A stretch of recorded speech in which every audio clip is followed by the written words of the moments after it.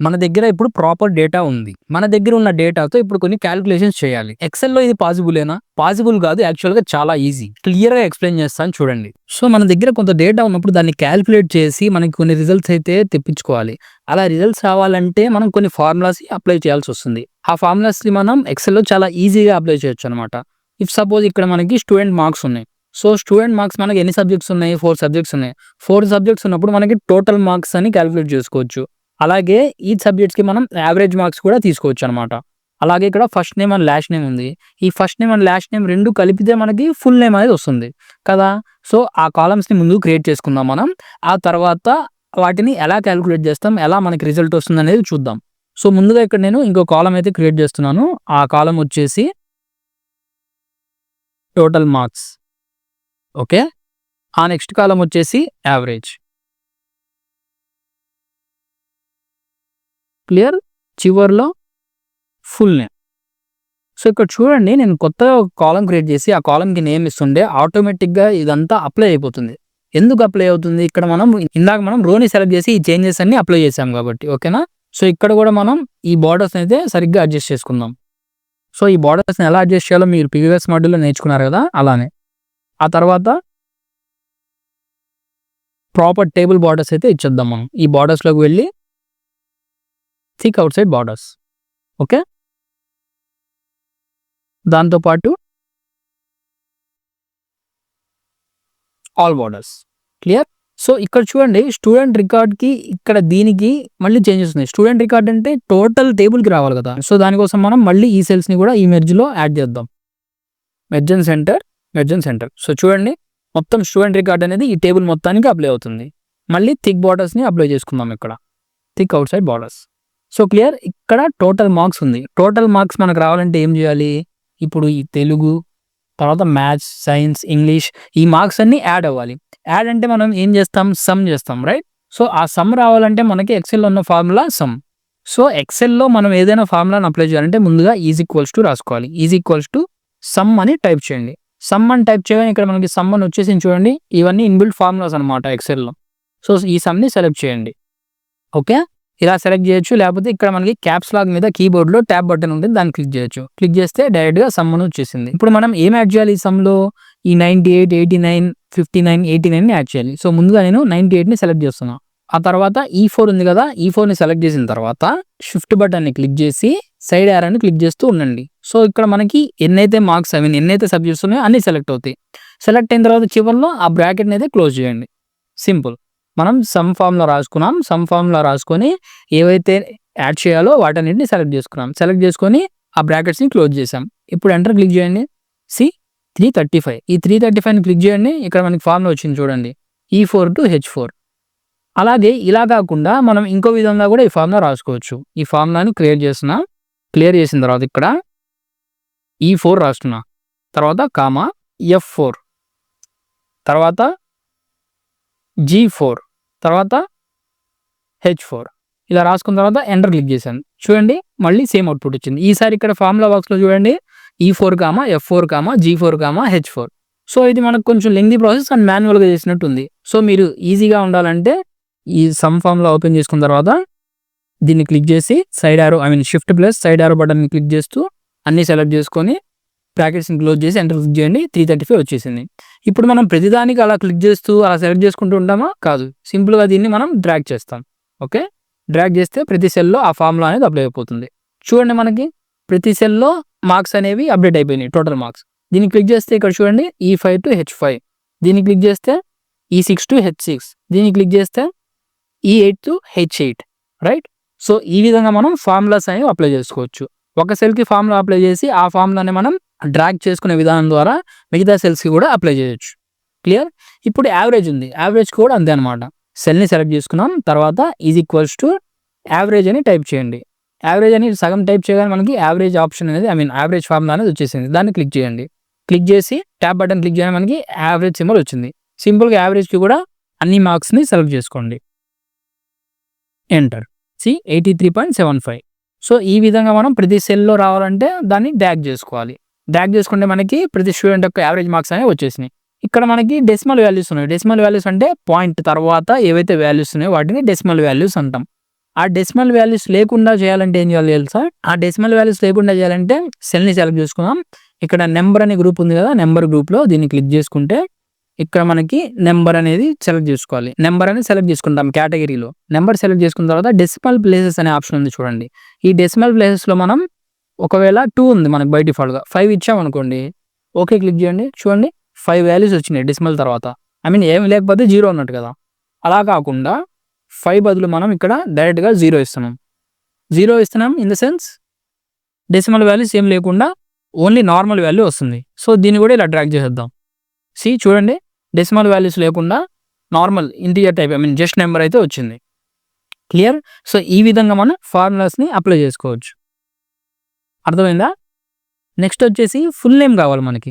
Full name కావాలంటే ఏం చేయాలి? కంకాటినేట్ ఫంక్షన్ అని ఒకటి ఉంటుందన్నమాట. ఇప్పుడు సమ్ ఫంక్షన్, యావరేజ్ ఫంక్షన్ ఎలాగో కంకాటినేట్ ఫంక్షన్ కూడా అలానే. సో కంకాటినేట్ అంటే ఏం చేస్తుంది? 2 వర్డ్స్‌ని పక్క పక్కన రాస్తుందన్నమాట. ఐ మీన్ విడివిడిగా ఉన్న వర్డ్స్‌ని పక్క పక్కన యాడ్ చేసి రాస్తుంది. ఆ కంకాటినేట్ ఫంక్షన్ ఏంటో చూద్దాం. సో ఇక్కడ మహేష్ అండ్ వర్మ అనేవి first name and last name. Full name వచ్చేసి మనకి ఏమవుతుంది? మహేష్ వర్మ అని ఉంటుంది. అలా మహేష్ వర్మ అని చెప్పి ఇక్కడ ఫుల్ నేమ్ కాలమ్‌లో నేను ప్రింట్ చేయాలి. ఐ మీన్ యాడ్ చేయాలనుకుంటున్నాను. ఆర్ ఎల్స్ అప్డేట్ చేయాలనుకుంటున్నాను. ఇలా మనం అప్డేట్ చేయాలంటే కంకాటినేట్ ఫంక్షన్ యూజ్ చేయాలి. ఎలాగైతే మనం some and average functions use చేసామో అలాగే concatenate function is equals to concatenate అని చెప్పి టైప్ చేయండి. సో CON అని టైప్ చేయగానే మనకు ఆప్షన్స్ వస్తాయి. కంకాట్ కాదు కంకాటినేట్. కంకాటినేట్ అని రాగానే ముందుగా ఫస్ట్ కాలమ్‌ని సెలెక్ట్ చేసుకోండి. తర్వాత కామా క్లిక్ చేయండి. కామా తర్వాత సెలెక్ట్ కాలమ్ సెకండ్ కాలమ్‌ని సెలెక్ట్ చేసుకోండి.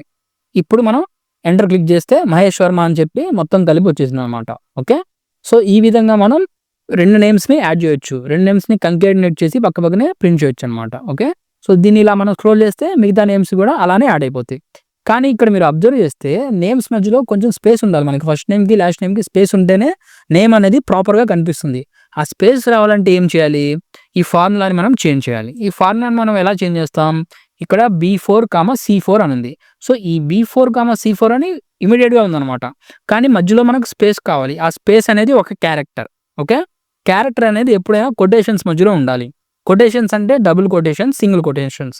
ఇప్పుడు కీబోర్డ్‌లో మనకి ఎంటర్ బటన్ ఉంది కదా! ఆ ఎంటర్ బటన్ పక్కనే కొటేషన్ మార్క్స్ అనేవి ఉంటాయి. బటన్ చూడండి మీరే. కింద ఉన్న మార్క్స్ వచ్చేసి సింగిల్ కొటేషన్, పైన ఉన్న మార్క్స్ వచ్చేసి డబుల్ కొటేషన్. సో ఇక్కడ మనం సింపుల్‌గా కామా తర్వాత షిఫ్ట్ పట్టుకొని ఆ బటన్‌ని క్లిక్ చేస్తే డబుల్ కొటేషన్ వచ్చింది. చూడండి మీరు ఎంటర్ పక్కన ఏదైతే బటన్ ఉందో దాన్ని క్లిక్ చేయండి షిఫ్ట్ పట్టుకొని. ఓకే. తర్వాత కొంచెం స్పేస్ ఇవ్వండి. స్పేస్ ఇచ్చి మళ్ళీ అదే బటన్‌ని క్లిక్ చేయండి. డబుల్ కొటేషన్స్ వచ్చింది.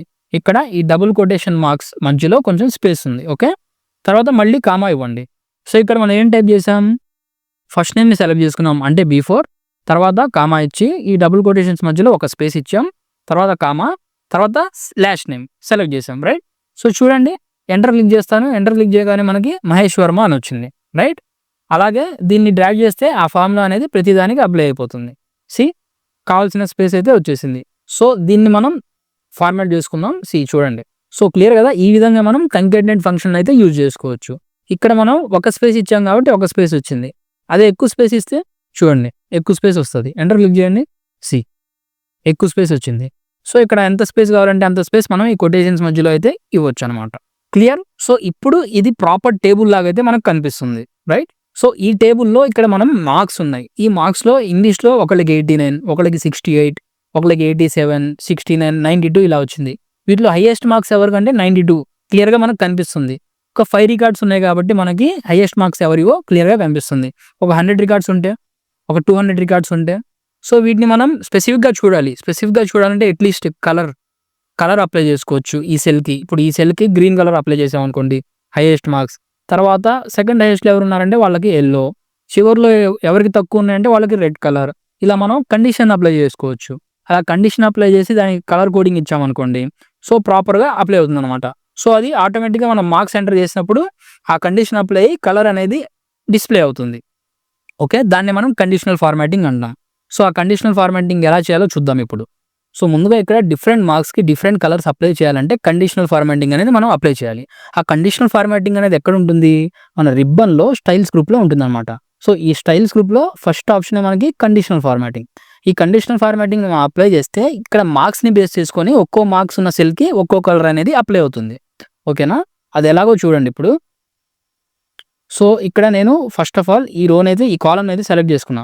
ఈ కాలమ్‌లో ఈ మార్క్స్ వరకు సెలెక్ట్ చేసుకోండి. ఈ మార్క్స్ వరకు సెలెక్ట్ చేసుకొని కండిషనల్ ఫార్మాటింగ్ ఉంది. దీన్ని క్లిక్ చేస్తే మనకి డిఫరెంట్ ఆప్షన్స్ అనేవి వచ్చాయన్నమాట. సో, ఇక్కడ కలర్ స్కేల్స్‌ని సెలెక్ట్ చేసుకోండి. కలర్ స్కేల్స్‌ని సెలెక్ట్ చేసుకొని ఇక్కడ కలర్స్ ఆప్షన్స్ ఉంది కదా! దీన్ని మనం సెలెక్ట్ చేసుకోవాలన్నమాట. సో, దీన్ని మనం సెలెక్ట్ చేస్తే ఇక్కడ చూడండి. సో, ఎక్కడైతే హైయెస్ట్ మార్క్స్ ఉన్నాయో దీనికి రెడ్ వచ్చింది.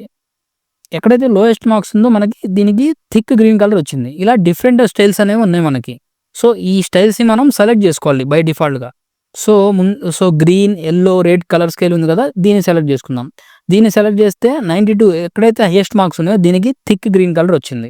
ఎక్కడైతే లోయెస్ట్ మార్క్స్ ఉందో దీనికి థిక్ రెడ్ కలర్ వచ్చింది. సో, ఇలా మనం ఆటోమేటిక్‌గా సెలెక్ట్ చేసుకోవచ్చు అనమాట. మనకి ఎన్ని కాలమ్స్ ఉంటే ఆర్ ఎల్స్ ఎన్ని సెల్స్ ఉంటే అన్ని కలర్స్ అనేవి మనకి అప్లై అవుతాయి. ఆ కలర్ వేరియేషన్ అనేది మనకి సెల్స్ ఇంక్రీజ్ అయ్యే కొద్దీ వేరియేషన్ అనేది తగ్గుతూ వస్తుంది. ఓకే. అయితే ఇది బై డిఫాల్ట్‌గా ఉంది. ఇక్కడ మనకు కావాల్సినట్టు మనం మార్క్స్‌ని చూసుకోలేకపోతున్నాం. సో, మనకు కావాల్సినట్టు మార్క్స్‌ని మనం టాప్‌లో చూసుకోవాలి ఆర్ ఎల్స్ బాటమ్‌లో చూసుకోవాలంటే ఫిల్టర్స్ అనే ఆప్షన్ ఉంటుందన్నమాట. సో, ఆ ఫిల్టర్స్‌ని మనం అప్లై చేస్తే మనకు కావాల్సినట్టు మనం మార్క్స్‌ని చూసుకోవచ్చు. సో, దీన్నైతే ఇలా ఉంచేద్దాం ప్రస్తుతానికి. ఇక్కడ సైన్స్‌లో మార్క్స్ ఉన్నాయి కదా! ఈ మార్క్స్‌ని మనం చూసుకోవాలనుకోండి. ఇక్కడ జీ కాలమ్‌ని సెలెక్ట్ చేసుకుందాం. ఈ జీ కాలమ్‌ని సెలెక్ట్ చేసుకొని ఇక్కడ డేటా ఉంది కదా! డేటా ట్యాబ్‌లోకి వెళ్ళి డేటా ట్యాబ్‌లోకి వెళ్తే ఇక్కడ సార్ట్ అండ్ ఫిల్టర్ అనే గ్రూప్ ఉంటుంది. ఈ సార్ట్ అండ్ ఫిల్టర్ అనే గ్రూప్‌లో ఫిల్టర్ ఆప్షన్‌ని క్లిక్ చేయండి. ఇక్కడ క్లిక్ చేయగానే మీరు చూడండి ఇక్కడ మనకి ఒక ఆప్షన్ వచ్చింది. ఇదేంటిది? Filter option. ఈ ఫిల్టర్ ఆప్షన్‌లో మనం ఇక్కడ సెలెక్ట్ చేసుకోవచ్చు అన్నమాట. మనం ఎలా చూసుకోవచ్చు? Sort smallest to largest. Sort largest to smallest. Largest to smallest అంటే లార్జ్ నెంబర్ పైకొస్తుంది. స్మాలెస్ట్ నెంబర్ కిందకెళ్తుంది. దీన్ని క్లిక్ చేశారనుకోండి చూడండి. సైన్స్‌లో ఏదైతే హైయెస్ట్ మార్క్స్ ఉందో అది పైకొచ్చింది. తర్వాత లోయెస్ట్ మార్క్స్ 59 కిందకొచ్చింది. దీంతో పాటు పక్కన ఏవైతే వాల్యూస్ ఉన్నాయో అవి కూడా చేంజ్ అయినాయి. అలాగే నేమ్స్ కూడా. సో, టోటల్ రికార్డ్ అనేది సైన్స్‌లో ఉన్న మార్క్స్‌ని బేస్ చేసుకొని సార్ట్ అయిందనమాట. క్లియరా? ఇక్కడ చూడండి తెలుగులో ఇక్కడ హైయెస్ట్ మార్క్స్ 98 కానీ అది కిందే ఉంది. లోయెస్ట్ మార్క్స్ 56 కానీ అది సెకండ్‌లో ఉంది. ఇక్కడ దేన్ని బేస్ చేసుకుంది? సైన్స్‌లో మార్క్స్‌ని మాత్రమే బేస్ చేసుకుంది. సో, ఆ సార్టింగ్‌ని మనం మేనేజ్ చేయాలి. ఓన్లీ సైన్స్ మార్క్స్ వరకే మనకి చేంజ్ అవ్వాలి. టోటల్ టేబుల్ చేంజ్ అవ్వకూడదు అంటే దీన్ని ఇక్కడ సెలెక్ట్ చేసుకోండి. సెలెక్ట్ చేసుకొని sort largest to smallest. Okay. So, అలా కాకుండా మనకు ఓన్లీ మార్క్స్ వరకు కావాలంటే ఈ ఫిల్టర్ అనేది ఇక్కడ అప్లై అవ్వకూడదు. ఇప్పుడు ఈ ఫిల్టర్ రిమూవ్ అయిపోవాలనుకోండి. ఈ కాలమ్‌ని సెలెక్ట్ చేసుకొని ఫిల్టర్‌ని డబుల్ క్లిక్ చేయండి. ఓకే. ఒకసారి క్లిక్ చేసినా చాలు. ఫిల్టర్ అనేది రిమూవ్ అయిపోతుంది. సో, ఈ మార్క్స్ వరకు సెలెక్ట్ చేసుకోండి. ఈ మార్క్స్ వరకు సెలెక్ట్ చేసుకుంటే ఈ ఫిల్టర్ అనేది ఇక్కడ వరకే అప్లై అవుతుంది. చూడండి. సో, ఇక్కడ ఓన్లీ మార్క్సే ఉన్నాయి. ఇప్పుడు సార్ట్ చేయండి. So, expand the selection continue with the current selection. Continue with the current selection అంటే ఎంతవరకు అయితే మనం సెలెక్ట్ చేసామో అక్కడ వరకే అప్లై అవుతుంది. టేబుల్ మొత్తం అప్లై అవ్వదనమాట. చూడండి ఇంతవరకే అప్లై అయింది. Clear? So, if in case ఇప్పుడు ఈ ఫిల్టర్‌ని తీసేయాలంటే సింపుల్‌గా ఫిల్టర్ బటన్ క్లిక్ చేస్తే ఫిల్టర్ అయిపోతుంది. సో, ఇప్పుడు మనం చేసినవన్నీ మనం రీడూ చేయాలంటే బ్యాక్‌కి వెళ్ళాలంటే కంట్రోల్ జెడ్ క్లిక్ చేయండి. మనం ప్రీవియస్‌గా మార్క్స్ ఎలా ఉన్నాయో అలా వచ్చేస్తది. ఇలా వచ్చేసిందనమాట. ఓకేనా?